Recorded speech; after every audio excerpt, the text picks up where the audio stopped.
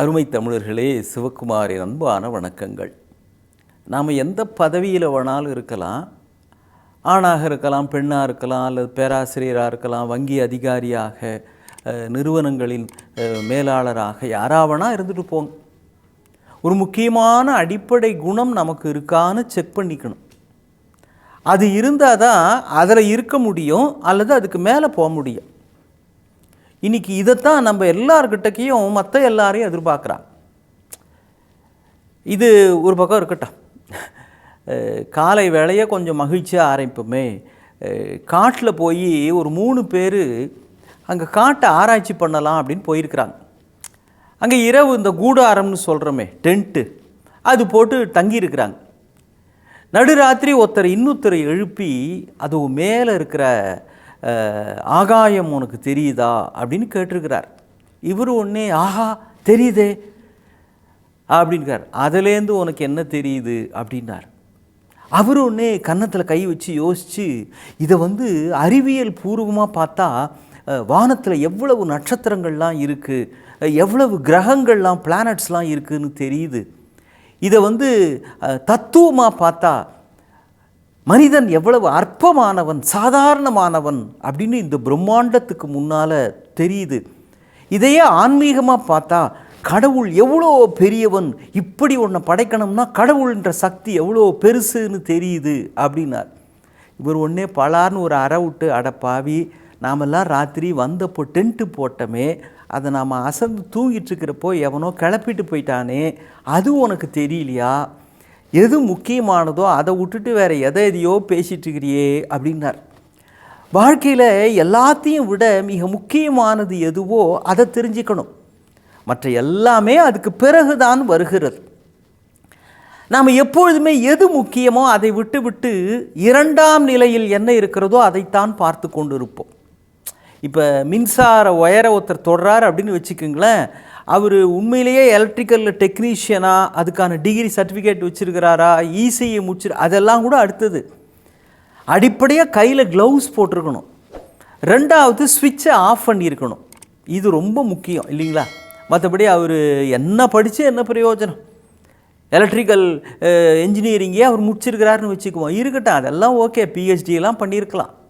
இப்போ நீ ஸ்விட்சை ஆஃப் பண்ணியா, அதுக்கு போகிற சப்ளையை கட் பண்ணியா அப்படிங்கிறது தான் முக்கியம். அது மாதிரி எந்த துறையிலே இருந்தாலும் அடிப்படையாக ஒரு குணம் வேண்டும். நீங்கள் மகாபாரதத்தில் ஒரு அருமையான இடம் பாருங்கள். எல்லாரும் போர் நடக்குது இல்லைங்களா? பாண்டவர்களுக்கும் கௌரவர்களுக்கும் 18 நாள் போர் நடக்குது. அதில் கண்ணன் தான் தேரோட்டியாக வருகிறார். இந்த ஒவ்வொரு நாளும் போர் முடிஞ்ச உடனே எல்லாரும் அவங்கவுங்க அந்த தங்குற கூடாரம், அந்த டென்ட்டு போட்டாங்களே, அது மாதிரி அவங்கவுங்க டென்ட்டு போட்டிருப்பாங்க. அந்த காலத்தில் அவ்வளவு தானே. அங்கே அவங்களும் இரவு சாப்பிட்டுட்டு ஓய்வு எடுக்கிறதுக்கு, அடிபட்ட புண்களுக்கு மருந்து போட, அதுக்கெல்லாம் போயிடுவாங்க. ஆனால் போர் நிறுத்தின பிறகு கண்ணன் மட்டும் போக மாட்டானான்.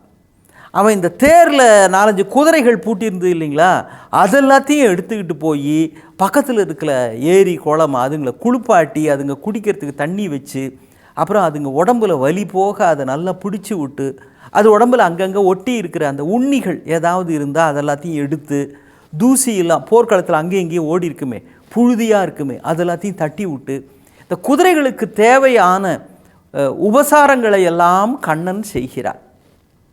ஒரு நாள் அர்ஜுனன் கேட்டான், கண்ணா, இது என்னது, இது கிறுக்குத்தனமாக இருக்குது, நீ போய் குதிரைங்களுக்கு இதெல்லாம் பண்ணிகிட்டு இருக்கிறியே, நீ எவ்வளவு பெரியவன், நீ எனக்காக தேரோட்ட வந்ததே பெரிய விஷயம், நீ போய் இந்த குதிரைக்கு இதெல்லாம் பண்ணிக்கிட்டு இருக்கிறியே அப்படின்னா. அவன் சொன்னான், இல்லை, நான் இந்த வேலைக்குன்னு வந்துட்டேன் அப்படின்னா இதை செஞ்சு தான் ஆகணும்.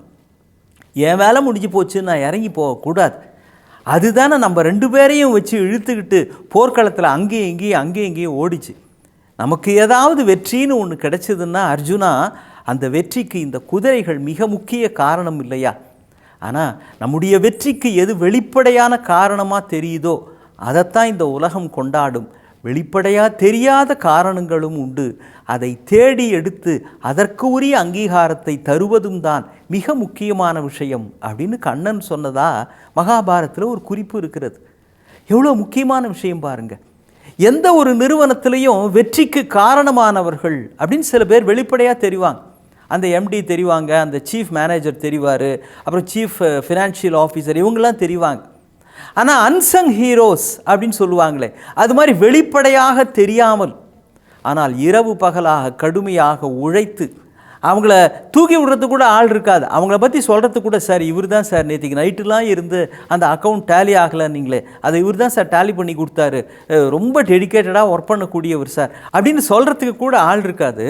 ஆனால் அவங்க அந்த அங்கீகாரத்தை கூட எதிர்பார்க்காமல் முற்றிலுமாக தன்னையே அதற்கு ஒப்பு கொடுத்து செய்கிறார்கள். அப்படிப்பட்டவர்களால் தான் மிகப்பெரிய வெற்றி கிடைக்கிறது. தஞ்சாவூரில் ஒரு கூட்டத்தில் பேசுகிறதுக்காக அந்த ஐயா பெரியார் அவர்கள் போயிருக்கிறார். அவர் போய் பேசி முடிச்சிட்டாரு. அங்கே கூட்டத்தில் இருந்து ஒருத்தர் கேள்வி கேட்குறார். அவர் கேள்வி கேட்ட உடனே இவர் பெரியார் பொறுமையாக அந்த கேள்விக்கு பதில் சொல்லுகிறார். அப்புறம் இன்னொருத்தர் எந்திரிச்சு கேள்வி கேட்குறாரு, அதுக்கும் விளக்கம் சொல்கிறார். அதே மாதிரி கூட்டத்திலேருந்து அடுத்ததாக ஒரு கேள்வி கேட்கறதுக்கு பதில் எந்திரிக்கிறார். இந்த அமைப்பாளர் கொஞ்சம் நர்வஸ் ஆகிட்டார்.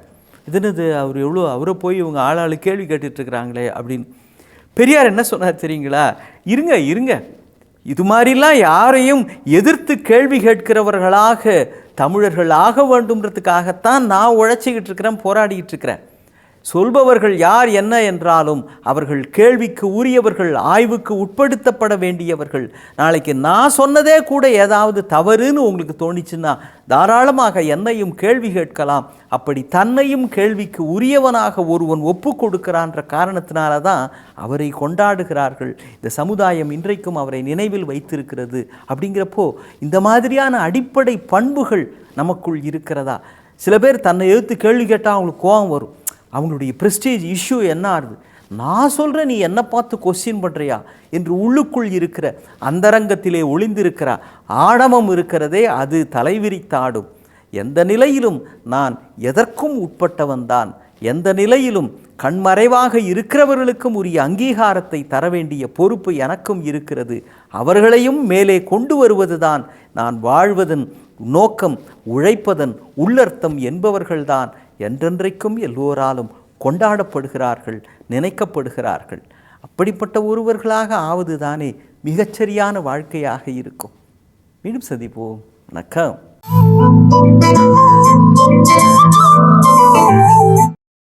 இன்னும் பல வீடியோக்களை காண சன் லைஃப் சேனலை சப்ஸ்கிரைப் பண்ணுங்க.